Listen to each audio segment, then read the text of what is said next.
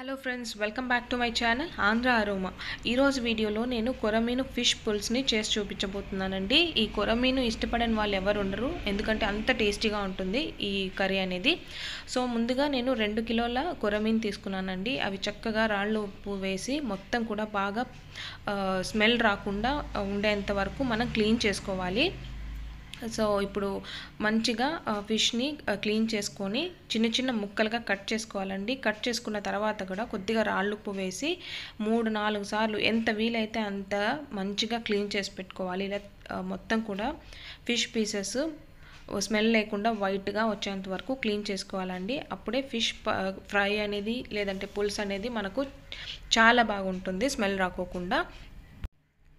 So ఇలా మంచిగా fish పీసెస్ని క్లీన్ చేసుకున్న తర్వాత ఫ్రెష్ వాటర్ని, అంటే మనం డ్రింకింగ్ వాటర్ని యాడ్ చేసుకొని కాసేపు పెట్టి అందులో ఒక నిమ్మ చెక్కల నిమ్మరసాన్ని కూడా యాడ్ చేసుకోవాలండి. నిమ్మరసం వేస్తే మనకు ఫిష్ పులుసు ఉడికేటప్పుడు ఫిష్ చెదిరిపోకుండా గట్టిగానే ముక్కలు ఉంటాయి. సో అందుకనేసి నిమ్మ చెక్క యాడ్ చేసుకుంటే చాలా చాలా బాగుంటుంది. సో ఇలా మంచిగా ఫిష్ని క్లీన్ చేసి పెట్టుకున్న తర్వాత ఒక మిక్సింగ్ జార్లోకి నేనైతే ఈ 2 కిలోల ఫిష్కి 2 పెద్ద టొమాటోల్ని మిక్సీ జార్లోకి వేసుకుంటున్నాను. అలాగే ఒక పెద్ద ఆనియన్ కూడా కట్ చేసి వేసుకోవాలి. ఇంకా 1/2 టేబుల్ స్పూన్ పసుపు, ఇంకా 2 టేబుల్ స్పూన్ల ధనియాల పొడి, అలాగే మీరు టేస్ట్కి తగ్గట్టుగా మీరు కారం ఎంత తినగలరో అంత యాడ్ చేసుకోవాలి. నేనైతే 3 టేబుల్ స్పూన్లు వేసాను. ఇంకా 1/2 టేబుల్ స్పూన్ మెంతులు, ఇంకా ఇందులోకి జింజర్ గార్లిక్ పేస్ట్ వేసుకోవాలండి. అల్లం వెల్లుల్లి పేస్ట్ కూడా నేను ఒక 2 టేబుల్ స్పూన్ల వేస్తున్నాను. సో ఈ మొత్తాన్ని కూడా కొద్దిగా వాటర్ యూస్ చేసి ఇలా నేను చూపిస్తున్న విధంగా కొంచెం గట్టిగా పేస్ట్ లాగా చేసి పెట్టుకోవాలండి. ఇప్పుడు ఈ 2 కిలోల చేపలకి నేను 50 గ్రామ్స్ చింతపండుని వాటర్లో సోక్ చేసి పెట్టుకున్నాను. కాసేపు ఒక 10 మినిట్స్ అలా సోక్ చేసి పెట్టుకుంటే చింతపండు కొంచెం సాఫ్ట్ అయిపోతుంది. మనము చింతపండు గుజ్జు చేసుకోవడానికి ఈజీగా ఉంటుంది. ఇలా కొంచెం బాగా చింతపండు నానిన తర్వాత నేను చూపిస్తున్న విధంగా గుజ్జు మొత్తాన్ని కూడా ఇట్లా బాగా పిసికేసి ఆ తర్వాత ఈ పల్ప్ని పక్కన పెట్టేసుకోవాలి. ఇప్పుడు ఖచ్చితంగా మీరు చేపల పులుసు చేస్తున్నారంటే ఇలా వెడల్పాటి ప్యాన్ని తీసుకోవాలండి. అప్పుడే ఫిష్ పీసెస్ని మనము మూవ్ చేయడానికి ఈజీగా ఉంటుంది. ప్యాన్ బాగా హీట్ అయిన తర్వాత ఇందులోకి 5 టేబుల్ స్పూన్ల ఆయిల్ని యాడ్ చేసుకున్నాను. ఆయిల్ హీట్ అయిన తర్వాత 1 టేబుల్ స్పూన్ ఆవాలు, అలాగే 6-7 లవంగాలు, 1/2 ఇంచు దాల్చిన చెక్క, అలాగే ఇందులోకి ఒక 1/2 టేబుల్ స్పూన్ అలా జీలకర్ర వేసుకొని ఆయిల్లో చక్కగా వేపుకున్న తర్వాత ఇందులోకి 2 ఆనియన్స్, ఉల్లిపాయలు ముక్కలు చేసి వేసుకోవాలి. అలాగే కొంచెం కరివేపాకు వేసుకొని ఉల్లిపాయ ముక్కలు కొంచెం దోరగా వేయించుకోవాలి. ఉల్లిపాయ ముక్కలు కాస్త దోరగా వేయించుకున్న తర్వాత ఇందులోకి ఒక 2 టొమాటోల్ని కొంచెం బాగా పండినవి తీసుకోవాలండి. పండినవి తీసుకొని ముక్కలుగా కట్ చేసి యాడ్ చేసుకోవాలి. సో టొమాటో ముక్కలు వేసిన తర్వాత కూడా మొత్తం మగ్గిపోయేంత వరకు బాగా ఫ్రై చేసుకోవాలి. సో ఇలా ఉల్లిపాయ ముక్కలు, టొమాటోలు చక్కగా ఫ్రై చేసుకున్న తర్వాత ఇందులోకి మనం ముందుగా పేస్ట్ చేసి పెట్టుకున్నాం కదండి టొమాటో ఆనియన్ అంతా కూడా, అది కూడా వేసేసుకొని కొంచెం మంటను మీడియం టు హైలో పెట్టుకొని ఈ మసాలా అంతా కూడా పచ్చివాసన పోయేంత వరకు బాగా వేపుకోవాలి. ఈ మసాలా అంతా వేగడానికి కొంచెం టైమే పడుతుంది. దగ్గరుండి మాడిపోకుండా మంచిగా వేపుకుంటూ ఉండాలి. ఈ మసాలా మొత్తం కూడా పచ్చివాసన పోయి మంచిగా ఫ్రై చేసుకున్న తర్వాత ఇందులోకి ముందుగా రెడీ చేసి పెట్టుకున్న చింతపులుసును కూడా యాడ్ చేసుకోవాలి.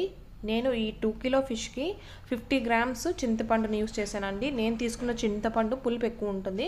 సో మీ ఇంట్లో ఉన్న చింతపండు పులుపుని బట్టి మీరు చింతపులుసుని చేసి పెట్టుకోవాలి. ఇప్పుడు ఇందులోకి మీకు ఫిష్ పులుసు గ్రేవీ కన్సిస్టెన్సీని బట్టి తగినన్ని వాటర్ని కూడా యాడ్ చేసుకొని కల్లుప్పు వేసి మొత్తం కూడా బాగా మిక్స్ చేసుకొని ఈ వాటర్ అంతా కూడా బాగా దగ్గర పడేంత వరకు మనం బాయిల్ చేసుకోవాలి. ఇంకా ఉడుకుతున్నప్పుడు ఇందులోకి కొద్దిగా ఫ్రెష్గా ఉన్న కొత్తిమీరని కట్ చేసి వేసుకోండి. అరోమా చాలా బాగుంటుంది. కొంచెం ఫ్లేమ్ని హైలో పెట్టేసుకొని గ్రేవీ అంతా కూడా కాస్త దగ్గర పడేంత వరకు బాయిల్ చేసుకుంటే సరిపోతుంది. వీలైతే మూతని పెట్టేసుకొని గ్రేవీ అంతా కూడా దగ్గర పడేంత వరకు బాయిల్ చేసుకుంటే సరిపోతుంది.